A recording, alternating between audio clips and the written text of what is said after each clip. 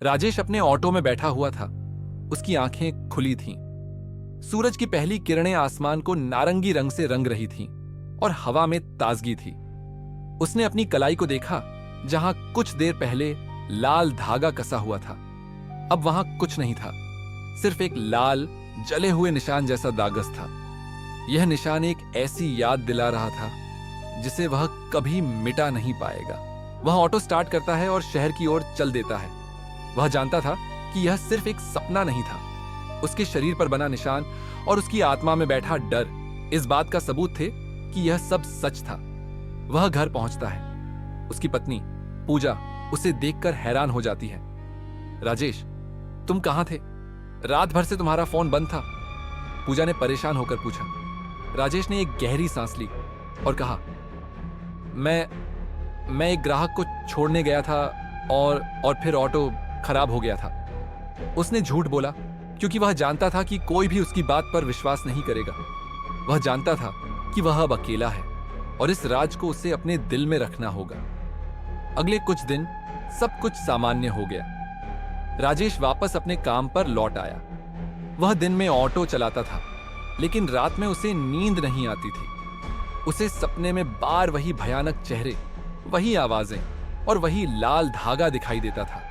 हर बार जब वह अपनी कलाई को देखता था तो उसे वह दाग दिखाई देता था जो उसे उसकी भयानक रात की याद दिलाता था। एक दिन जब वह ऑटो में बैठा था तो उसने देखा कि उसकी सीट पर एक पुरानी डायरी पड़ी है। वह वही डायरी थी जो उसे बूढ़े आदमी ने दी थी। राजेश का दिल एक पल के लिए रुक गया। उसने डायरी को खोला और देखा कि उसमें एक नया पन्ना जुड़ गया था। उस पन्ने पर किसी ने खून से लिखा था, अब तुम मेरी कहानी बताओगे। राजेश ने डर से डायरी को बंद कर दिया और उसे अपनी सीट के नीचे छिपा दिया। वह जानता था कि यह सब खत्म नहीं हुआ था, यह तो सिर्फ शुरुआत थी। वह जानता था कि शांति अम्मा की आत्मा ने उसे एक नया मकसद दिया था। उसे उस श्राप को हमेशा के लिए खत्म करना होगा। उसे उस कहानी को दूसरों तक पहुंचाना होगा ताकि कोई और उस जगह न जाए। राजेश ने एक गहरी सांस ली। वह अब एक साधारण ऑटो ड्राइवर नहीं था, बल्कि एक ऐसा इंसान था जो एक भयानक दुनिया का राज जानता था। वह जानता था कि वह अब अकेला नहीं था, बल्कि उसके साथ वह भूत था जिसने उसे यह सब दिखाया था। और यही कहानी खत्म हो जाती है या शायद शुरू होती है। राजेश की सांसें तेज हो चुकी थीं। उसके हाथ में लाल धागा था जो उसकी हथेली में पसीने से भीग रहा था। यह सब सच है। उसके दिमाग में यह बात बार बार गूंज रही थी। उसने आंखें बंद की और गहरी सांस लेकर खुद को शांत करने की कोशिश की। यह रात उसके लिए एक बुरे सपने से कम नहीं थी, लेकिन उसे घर पहुंचना था, किसी भी कीमत पर। उसने कंपकपाते हाथों से ऑटो स्टार्ट किया। इंजन की आवाज इस सन्नाटे में एक राहत की तरह लगी। उसने अपनी सारी हिम्मत बटोरी और तेजी से ऑटो को उस सुनसान सड़क पर दौड़ा दिया। उसकी नजरें बार बार रियर व्यू मिरर पर जा रही थीं, जैसे कोई अदृश्य साया उसका पीछा कर रहा हो। भागो राजेश, भागो! उसका दिल चीख रहा था। जैसे जैसे वह आगे बढ़ रहा था, उसे लगा कि ऑटो के पीछे की सीट पर किसी के बैठने का एहसास हो रहा है। हालांकि वह सीट खाली थी, फिर भी एक अजीब सा भार उसे महसूस हो रहा था। एक ठंडी हवा का झोंका आया और उसके कान में एक फुसफुसाहट सुनाई दी। बेटा, कहां जा रहे हो? वह आवाज बूढ़ी औरत की थी। राजेश ने चीखने की कोशिश की, लेकिन उसके गले से आवाज नहीं निकली। उसका पूरा शरीर ठंडा पड़ी गया था। वह जानता था कि वह बूढ़ी औरत उसे छोड़ेगी नहीं। अचानक ऑटो की हेडलाइट्स टिमटिमाने लगीं और बंद हो गईं। अंधेरे में राजेश को कुछ भी दिखाई नहीं दे रहा था। ऑटो की गति कम हो गई और वह धीमे धीमे एक ओर को मुड़ने लगा। राजेश ने स्टीयरिंग को कसकर पकड़ लिया और उसे सीधा करने की कोशिश की, लेकिन ऑटो पर उसका कोई नियंत्रण नहीं था। छोड़ दो, मुझे छोड़ दो! उसने डर से चिल्लाया। ऑटो एक और सुनसान सड़क पर मुड़ गया, जो पुरानी और टूटी हुई थी। यह वही रास्ता था जो कब्रिस्तान की ओर जाता था। राजेश को समझ में आ गया कि वह फंस गया है। वह जिस भी रास्ते पर जा रहा था, वह उसे उसी जगह वापस ले जा रहा था जहां से यह भयानक सिलसिला शुरू हुआ था। ऑटो धीरे धीरे कब्रिस्तान के मुख्य द्वार पर जाकर रुका। उसकी हेडलाइट्स फिर से जल उठी, लेकिन अब उनकी रोशनी में कुछ और ही दिख रहा था। चारों ओर पुरानी और टूटी हुई कब्रें थीं, जिन पर घास और बेलें उग चुकी थीं। हवा में एक अजीब सी बदबू थी, जैसे सड़ी हुई मिट्टी की। राजेश ने ऑटो से बाहर निकलने की हिम्मत नहीं की। उसे लगा कि वह अपनी जान बचाकर नहीं भाग पाएगा। तभी उसने देखा कि ऑटो के ठीक सामने एक पुरानी कब्र पर वही बूढ़ी औरत बैठी हुई है। उसका चेहरा अब साफ दिखाई दे रहा था। उसकी आंखें गड्ढों में ढंसी हुई थीं और उसके होठों पर एक भयानक खामोश मुस्कान थी। वह धीरे धीरे अपनी उंगलियों से एक इशारा कर रही थी, जैसे उसे अपने पास बुला रही हो। राजेश ने अपनी आंखें बंद कर ली। वह नहीं चाहता था कि उसे कुछ और दिखाई दे। तुम कौन हो? उसने कांपते हुए आवाज में पूछा। मैं शांति हूं। एक ठंडी कांपती हुई आवाज गूंजी। मुझे तुमसे कुछ चाहिए। राजेश ने हिम्मत करके आंखें खोली। बूढ़ी औरत अब कब्र से उतरकर ऑटो की ओर आ रही थी। उसके हर कदम के साथ एक अजीब सी आहट सुनाई दे रही थी, जैसे सूखी पत्तियों पर कोई चल रहा हो। मुझे तुम्हें घर ले जाना है, उसने फुसफुसाया। यह सुनकर राजेश की रूह कांप गई। वह बूढ़ी औरत उसके पीछे पड़ी ढी थी, क्योंकि वह उसे अपने साथ ले जाना चाहती थी। उसका दिल इतना तेज धड़ाक रहा था कि उसे लगा कि वह अभी बाहर आ जाएगा। बूढ़ी औरत ऑटो के पास आ गई और उसने धीरे धीरे अपनी उंगलियां खिड़की पर रखीं। उसकी उंगलियां बर्फ की तरह ठंडी थीं। राजेश ने अपनी आंखें बंद कर लीं और डर के मारे सीट पर सिमट गया। अगले ही पल उसे ऑटो के अंदर एक भयानक चीखने की आवाज सुनाई दी। वह आवाज उसकी अपनी थी, जो अंधेरे में गूंज रही थी। राजेश की रूह कांप रही थी। वह लाल धागा उसकी हथेली में एक जंजीर जैसा महसूस हो रहा था, जो उसे उस भयानक साए से बांधे हुए था। उसने उसे फेंकने की कोशिश की, लेकिन उसका हाथ जैसे जम गया था। डर से उसका पूरा शरीर सुन्न हो गया था।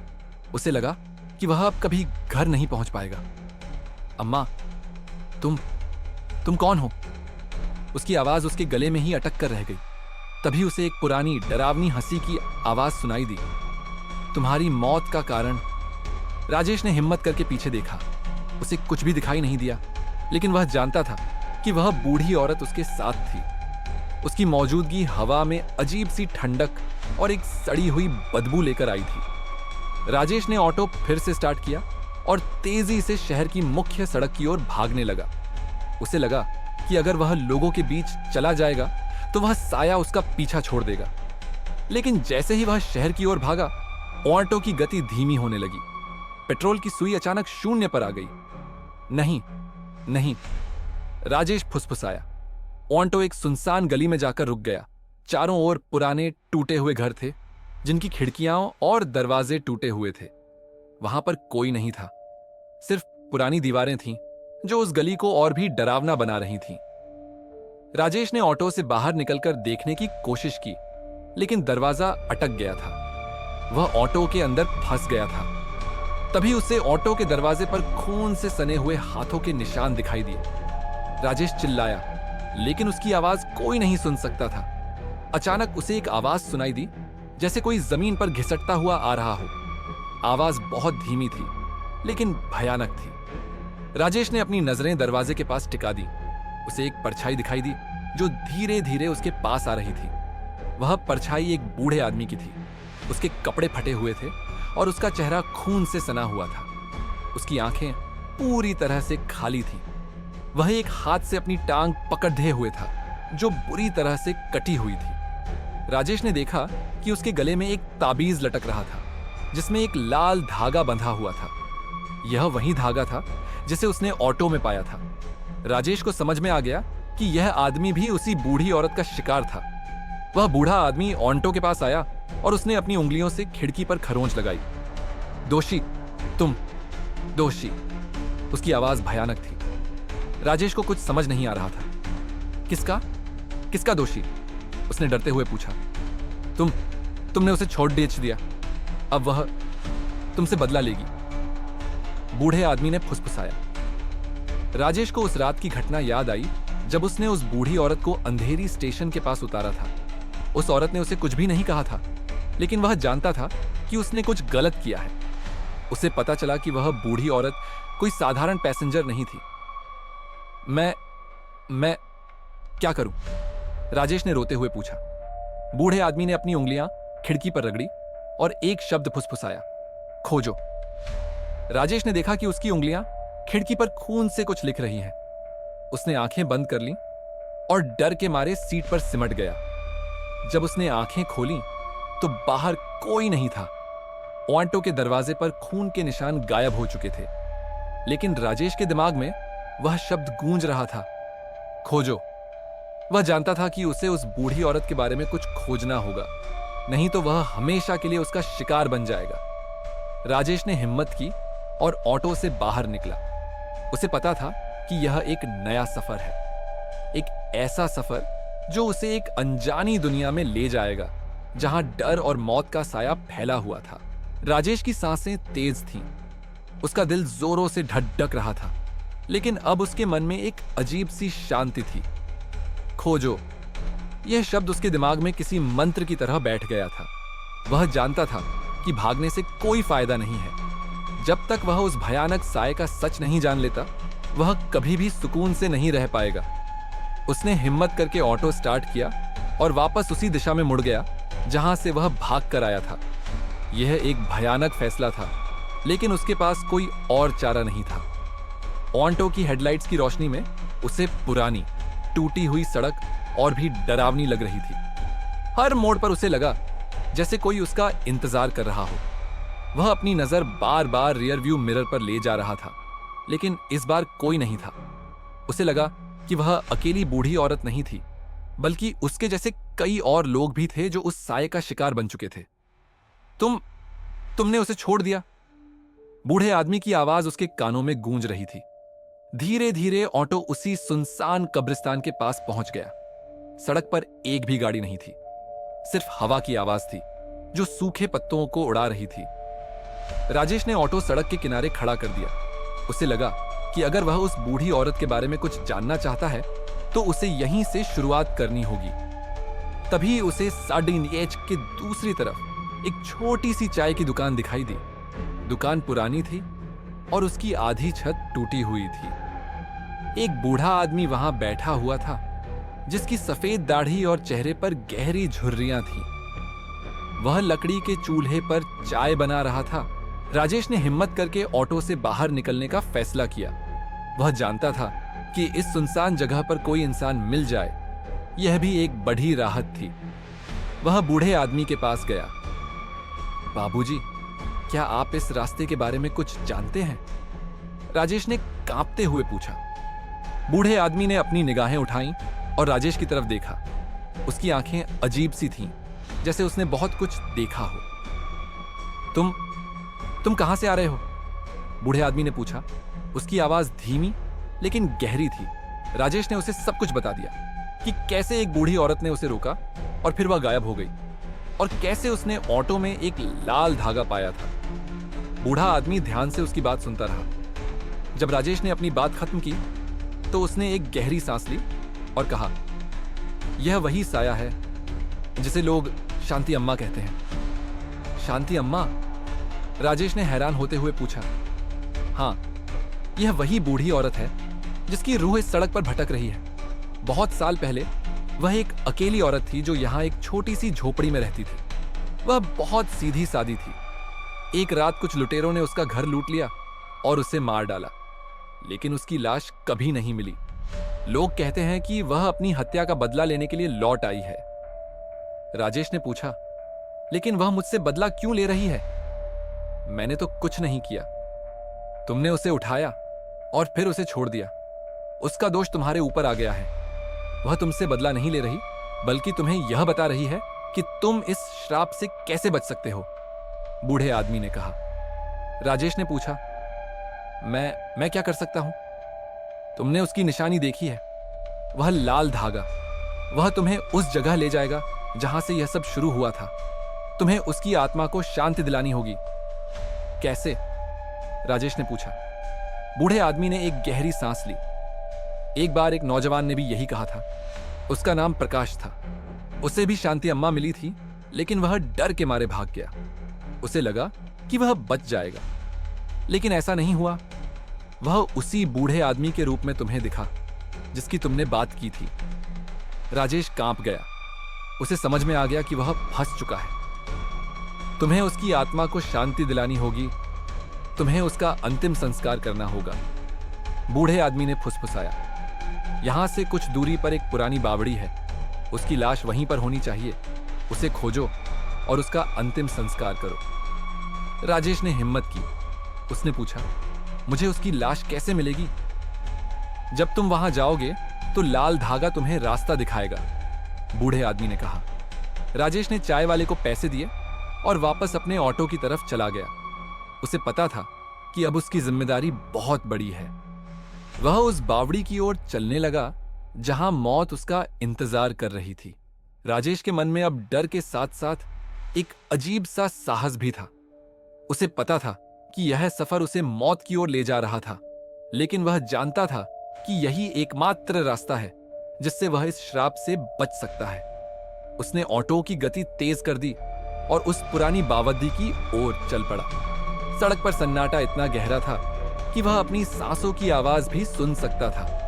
पेड़ों की सूखी टहनियां हवा में हिलकर एक अजीब सी आवाज निकाल रही थी, जैसे कोई उसे रोक रहा हो। राजेश की नजरें लगातार लाल धागे पर थीं, जो उसकी हथेली में कसकर बंधा हुआ था। उसे लगा कि वह धागा उसे रास्ता दिखा रहा है, जैसे कोई अदृश्य शक्ति उसे खींच रही हो। धीरे धीरे वह एक पुराने टूटे फूटे इलाके में पहुंचा। चारों ओर सिर्फ जंगली घास और टूटे हुए खंडहर थे। अंधेरे में उसे दूर एक पुरानी बावड़ी की परछाई दिखाई दी। वह बावड़ी इतनी पुरानी थी कि उसकी दीवारें टूट चुकी थीं और उस पर काई जम गई थी। बावड़ी के पास एक सूखा घुमावदार पेड़ था, जिसकी शाखाएं किसी डरावने राक्षस की बाहों की तरह लग रही थीं। राजेश ने ऑटो को दूर खड़ा कर दिया और दिल में हनुमान चालीसा पढ़ते हुए बावड़ी की ओर चलने लगा। लाल धागा अब चमक रहा था, जैसे वह उसे अपनी मंजिल के बहुत पास होने का संकेत दे रहा हो। जैसे ही वह बावड़ी के पास पहुंचा, उसे एक अजीब सी ठंडक महसूस हुई, जैसे कोई ठंडी हवा का झोंका उसके शरीर के आर पार हो गया हो। उसने देखा कि धागा बावड़ी की ओर इशारा कर रहा था। राजेश ने हिम्मत करके बावड़ी की दीवार के पास झांका। नीचे सिर्फ अंधेरा था। तभी उसकी नजर एक छोटे से पत्थर पर पड़ टिड़ी, जिस पर एक लाल रंग का निशान था। यह वही लाल निशान था जो उस बूढ़ी औरत ने उसकी हथेली पर बनाया था। राजेश ने उस पत्थर को उठाया। उसके नीचे एक छोटी सी लकड़ी की डंडी थी। वह डंडी जमीन में गड़ी हुई थी और उसके ऊपर एक छोटा सा बक्सा था। राजेश ने उस बक्से को उठाया। वह बहुत पुराना और धूल भरा था। उसने धीरे से उसे खोला। अंदर कोई लाश नहीं थी। बक्से में एक पुरानी फटी हुई डायरी थी और कुछ सूखे फूल थे। राजेश ने डायरी को खोला। उसके पन्ने पीले पड़ चुके थे और उन पर स्याही के निशान भी मिट गए थे, लेकिन कुछ शब्द अब भी साफ दिखाई दे रहे थे। मैं अकेली नहीं हूं। मेरा प्यार मेरे साथ है। राजेश ने डायरी के और पन्ने पलटे। अगले पन्ने पर लिखा था, उसने मुझे धोखा दिया, मुझे मार डाला। मैं उसका बदला लूंगी। राजेश ने डायरी बंद कर दी। उसे समझ में आ गया कि यह कहानी कुछ और थी। वह बूढ़ी औरत कोई साधारण भूत नहीं थी। वह प्यार में धोखा खाई हुई थी। तभी उसे पीछे से एक भयानक आवाज सुनाई दी, अब तुम भी अकेले हो, मेरे जैसा। राजेश ने डरते हुए पीछे मुड़कर देखा। वहां कोई नहीं था, सिर्फ वह घुमावदार पेड़ था जिसकी टहनियां भयानक रूप से हिल रही थी, जैसे कोई उसे देख रहा हो। वह जल्दी से ऑटो की तरफ भागा, लेकिन जैसे ही वह ऑटो में बैठा, उसने देखा कि लाल धागा अब उसकी कलाई पर बंध चुका है। वह उसे निकालने की कोशिश करता रहा, लेकिन वह जंजीर की तरह कड़ा हो चुका था। राजेश ने डर से अपनी आंखें बंद कर लीं। वह जानता था कि यह स्वर अभी खत्म नहीं हुआ है। उसे इस रहस्य को सुलझाना होगा, नहीं तो वह हमेशा के लिए उस भयानक श्राप का शिकार बन जाएगा। राजेश ने एक गहरी सांस ली और अपनी आंखें खोलीं। वह जानता था कि अब उसे उस बूढ़ी औरत का सच जानना होगा और उसे कहां खोजना होगा। राजेश अब पूरी तरह से हैरान और निराश था। वह डायरी की कुछ और पंक्तियां पढ़ना चाहता था, लेकिन रात का अंधेरा इतना गहरा हो चुका था कि उसे कुछ भी दिखाई नहीं दे रहा था। उसने मोबाइल की टॉर्च जलाई, लेकिन जैसे ही उसने टॉर्च का बटन दबाया, उसकी रोशनी बुझ गई। तुम मेरे साथ क्या कर रही हो? राजेश ने कांपते हुए फुसफुसाया। तभी उसे एक आवाज सुनाई दी। उसने तुझे धोखा दिया। आवाज इतनी डरावनी थी कि राजेश के रोंगटे खड्डे हो गए। वह जानता था कि वह बूढ़ी औरत उसे कुछ और भी बताना चाहती थी। राजेश ने हिम्मत की और डायरी के पन्ने फिर से पलटे। वह अपनी आंखें बंद करके कुछ याद करने की कोशिश करने लगा। उसे याद आया कि जब वह ओइटोवा से उतरी थी तो उसने कुछ फुसफुसाया था। वह आवाज राजेश जैसी थी, लेकिन वह जानता था कि ऐसा हो नहीं सकता। राजेश ने एक गहरी सांस ली और ऑटो से बाहर निकलकर अपनी टॉर्च को ठीक करने की कोशिश की, लेकिन वह बेकार थी। उसे समझ में आ गया कि यह कोई साधारण घटना नहीं थी। यह सब उस बूढ़ी औरत का किया हुआ था। वह दोबारा ऑटो में बैठा और मन ही मन सोचा, अगर मुझे इस रहस्य को सुलझाना है तो मुझे उस औरत के बारे में सब कुछ जानना होगा। उसे याद आया कि चाय वाले ने उसे बताया था कि उस औरत का नाम शांति अम्मा था। राजेश ने अपनी सूझबूझ से काम लिया और ऑटो को शहर की ओर मोड़ दिया। वह जानता था कि उसे अब पुलिस की मदद लेनी होगी, लेकिन जैसे ही उसने ऑटो स्टार्ट किया, उसके सामने एक परछाई दिखाई दी। वह एक बूढ़े आदमी की परछाई थी, जिसने उसे पहले भी देखा था। दोषी, तुम दोषी। राजेश ने ऑटो की गति तेज कर दी। परछाई उसके ऑटो का पीछा कर रही थी, लेकिन राजेश ने परवाह नहीं की। उसे पता था कि वह परछाई उसे नहीं रोक पाएगी। जब वह शहर में पहुंचा तो रात के 2 बज चुके थे। पुलिस स्टेशन बंद था। राजेश निराश होकर एक पुरानी सड़क पर चला गया, जहां कुछ गाड़ियां खद्दी थीं। उसे लगा कि वह किसी को तो बताए, लेकिन उसके पास कोई सुराग नहीं था। तभी उसे एक पुरानी सुनसान सड़क दिखाई दी। वह सड़क उस बूढ़ी औरत के घर की तरफ जाती थी। राजेश ने हिम्मत की और अपनी ऑटो को उस सड़क पर मोड़ दिया। वह जानता था कि वह अपनी मौत की ओर जा रहा था, लेकिन वह जानता था कि यही एकमात्र तरीका है जिससे वह इस रहस्य को सुलझा सकता है। जब वह उस सड़क पर पहुंचा तो उसे कुछ भी दिखाई नहीं दिया, सिर्फ पुरानी टूटी हुई इमारतें थीं। तभी उसे एक आवाज सुनाई दी, यहां आ जाओ। राजेश ने अपनी आंखें बंद कर लीं और धीरे धीरे उस दिशा में चला गया जहां से आवाज आ रही थी। वह जानता था कि उसे उस औरत से मिलना होगा, उसे उसका सच जानना होगा। उसने देखा कि उसके सामने एक पुरानी टूटी हुई झोपड़ी थी। झोपड़ी के दरवाजे पर खून के निशान थे और उसके अंदर से एक धीमी डरावनी आवाज आ रही थी, तुम यहां आ गए। राजेश ने हिम्मत की और दरवाजा खोला। अंदर सिर्फ अंधेरा था। राजेश ने अपनी आंखें बंद कर लीं और डर से कांपने लगा। जब उसने आंखें खोलीं तो उसने देखा कि वह ऑटो के अंदर बैठा था और लाल धागा अब उसकी कलाई पर बंधा हुआ था। वह समझ गया था कि यह सब एक सपना था, लेकिन जब उसने ऑटो के बाहर देखा तो उसे कुछ और भी दिखाई दिया। उसने देखा कि उसके सामने एक आदमी खद्दीदा था, जिसका चेहरा खून से सना हुआ था और उसकी आंखें खाली थीं। वह वही आदमी था जो उसे पहले मिला था। वह अब मुस्कुरा रहा था, जैसे उसने कुछ भयानक काम किया हो। राजेश की समझ में आ गया था कि वह अब भी सपने में ही था और उसे उस भयानक सच्चाई से भागना होगा। उसने ऑटो को तेज किया और भागने लगा। वह जानता था कि वह अब उस दुनिया में फंस चुका था जहां डर ही सब कुछ था। राजेश की सांसें गले में अटक गईं। सामने खड़ा वह आदमी, जिसकी आंखें खाली थीं और चेहरा खून से सना था, मुस्कुरा रहा था। वह मुस्कुराहट ऐसी थी जैसे उसने कोई बहुत बड़ा राज छिपा रखा हो। यह सिर्फ एक सपना नहीं था, बल्कि एक भयानक हकीकत थी जिसमें वह फंस चुका था। राजेश ने ऑटो को तेज करने की कोशिश की, लेकिन इंजन एक अजीब सी डरावनी आवाज के साथ बंद हो गया। लाल धागा उसकी कलाई पर कसता जा रहा था। उसे लगा कि वह धागा उसे उस आदमी से बांध रहा था। वह आदमी धीरे धीरे ऑटो की तरफ बढ़ा। उसके चलने की आवाज नहीं आ रही थी, जैसे वह हवा में तैर रहा हो। जब वह बिल्कुल पास आया तो उसने झुककर राजेश की तरफ देखा।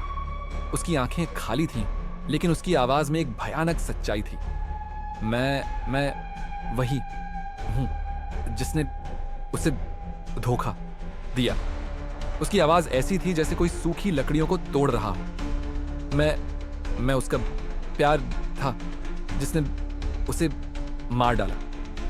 राजेश ने डर से अपनी आंखें बंद कर ली। वह समझ गया था कि यह आदमी कोई और नहीं बल्कि शांति अम्मा का प्रेमी था जिसने उसे धोखा दिया था। ये वही दोषी था जिसकी बात बूढ़े आदमी ने कही थी। वह मुझसे बदला लेना चाहती थी, लेकिन मैंने उसे मार डाला, आदमी ने कहा और उसकी मुस्कान और भी चौड़ी हो गई। लेकिन तुमने उसे अकेला छोड़ दिया। नहीं, राजेश ने चिल्लाया, मैंने कुछ नहीं किया। तुम दोषी हो क्योंकि तुमने उसे छोड़ा था। तुम उसकी लाश को नहीं पाए, आदमी ने कहा, और राजेश के माथे पर लाल धागा का एक और निशान बन गया।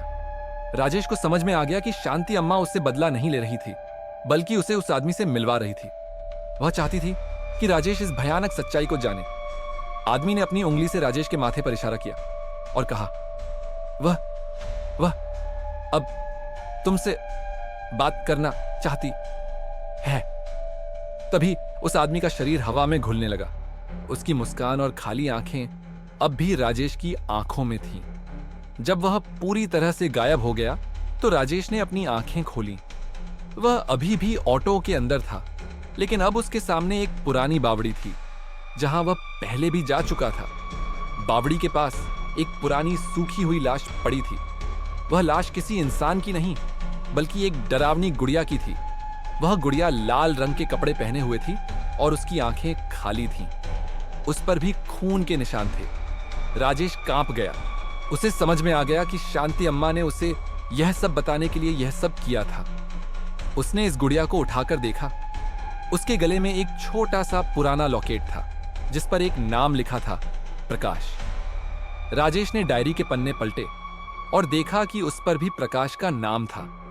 उसे समझ में आ गया कि यह वही आदमी था जिसने शांति अम्मा को धोखा दिया था। वह वही आदमी था जो अब एक डरावनी परछाई बन चुका था। राजेश ने डायरी को और ध्यान से पढ़ा।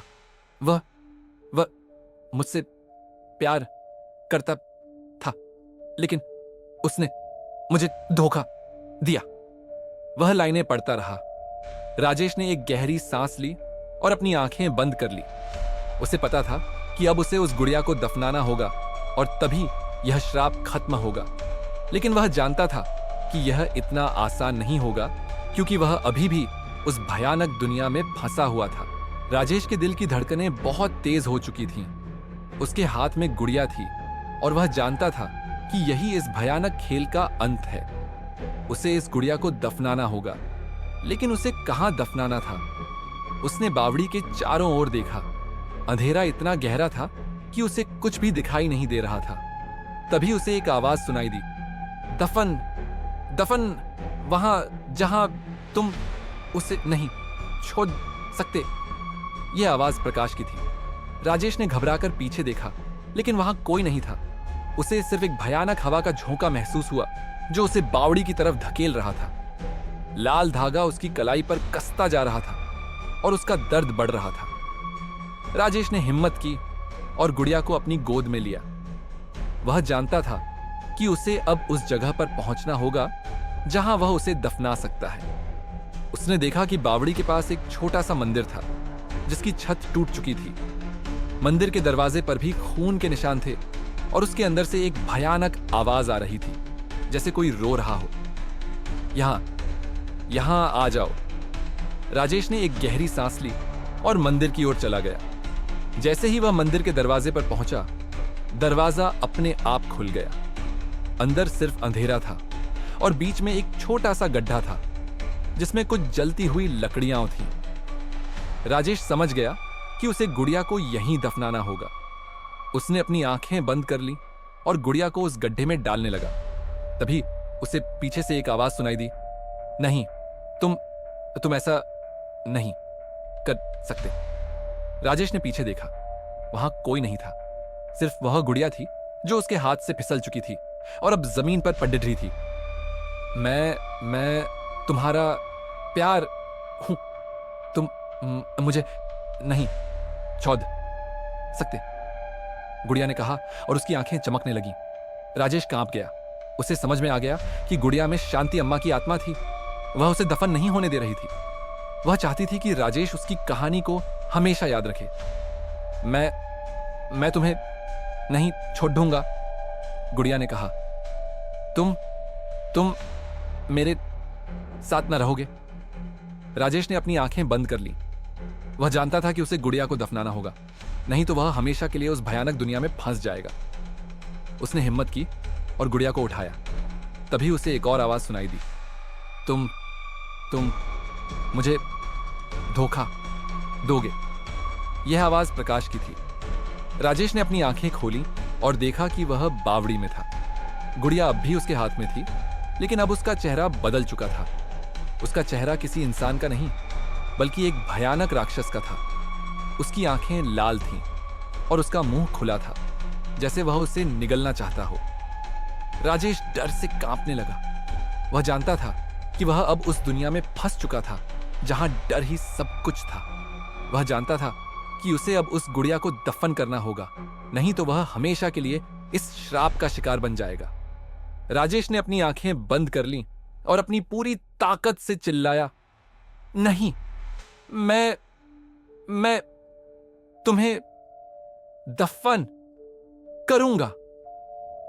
वह जानता था कि यह सफर अब खत्म होने वाला था। राजेश की आवाज अंधेरे में गूंज उठी, नहीं, मैं तुम्हें दफन करूंगा। उसकी पूरी ताकत उसकी आवाज में थी, जैसे वह सिर्फ गुड़िया से ही नहीं, बल्कि उस पूरे डरावने माहौल से लड़ रहा हो। जैसे ही उसने यह कहा, राक्षस गुड़िया के चेहरे पर बनी भयानक मुस्कान और चौड़ी हो गई। उसका मुंह खुलता गया और उसके अंदर से एक काली चिपचिपी चीज बाहर निकलने लगी, जैसे वह उसे निगलना चाहती हो। गुड़िया ने अपने नुकीले काले पंजों से राजेश को पकड़ने की कोशिश की। राजेश पीछे हट गया, लेकिन वह धागा जो उसकी कलाई से बंधा था अब और भी कस गया। धागे से दर्द की एक लहर उसके पूरे शरीर में दौड़ गई। वह दर्द ऐसा था जैसे कोई उसकी नसों को जला रहा हो। तुम मेरे साथ रहोगे? गुड़िया ने कहा। उसकी आवाज इतनी तेज थी कि राजेश के कानों में दर्द होने लगा। अचानक उसे एक और भयानक आवाज सुनाई दी, तुम मुझे धोखा दोगे?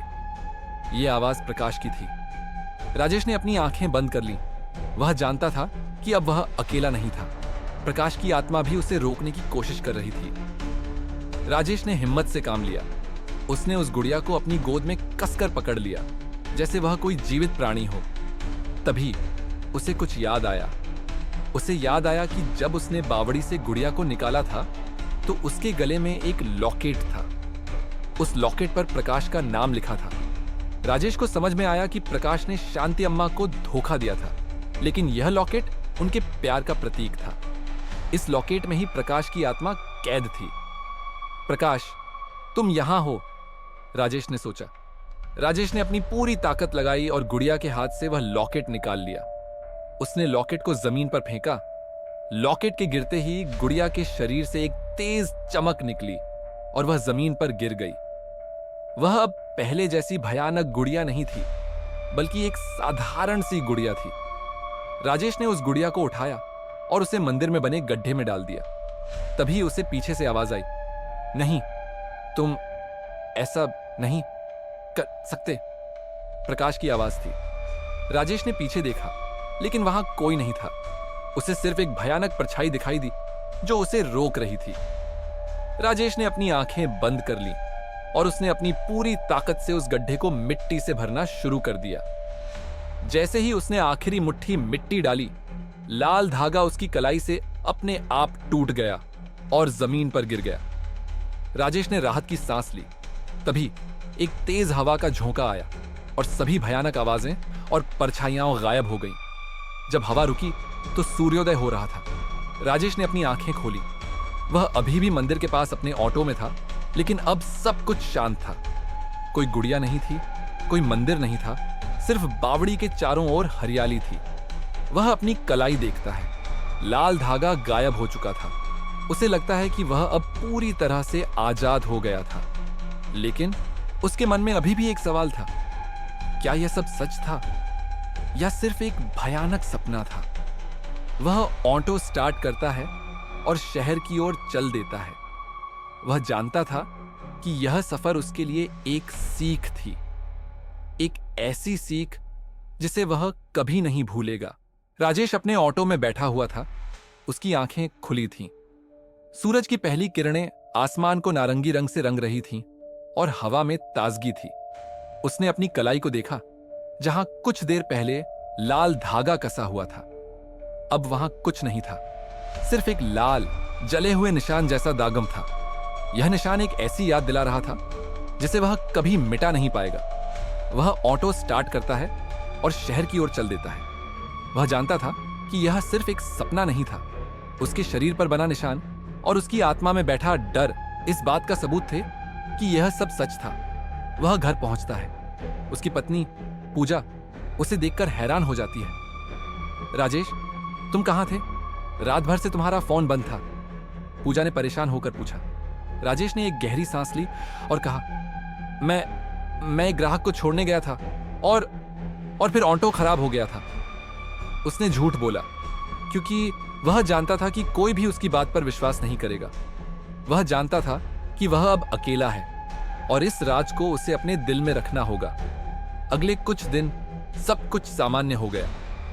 राजेश वापस अपने काम पर लौट आया। वह दिन में ऑटो चलाता था, लेकिन रात में उसे नींद नहीं आती थी। उसे सपने में बार वही भयानक चेहरे, वही आवाजें और वही लाल धागा दिखाई देता था। हर बार जब वह अपनी कलाई को देखता था तो उसे वह दाग दिखाई देता था जो उसे उसकी भयानक रात की याद दिलाता था। एक दिन जब वह ऑटो में बैठा था तो उसने देखा कि उसकी सीट पर एक पुरानी डायरी पड़ी है।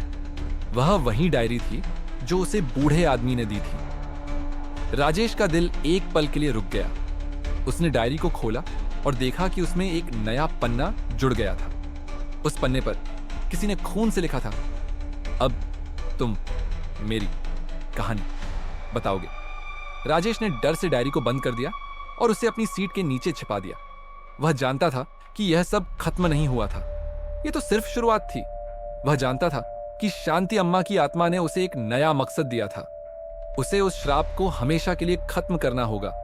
उसे उस कहानी को दूसरों तक पहुंचाना होगा ताकि कोई और उस जगह न जाए। राजेश ने एक गहरी सांस ली। वह अब एक साधारण ऑटो ड्राइवर नहीं था, बल्कि एक ऐसा इंसान था जो एक भयानक दुनिया का राज जानता था। वह जानता था कि वह अब अकेला नहीं था, बल्कि उसके साथ वह भूत था जिसने उसे यह सब दिखाया था। और यही कहानी खत्म हो जाती है या शायद शुरू होती है।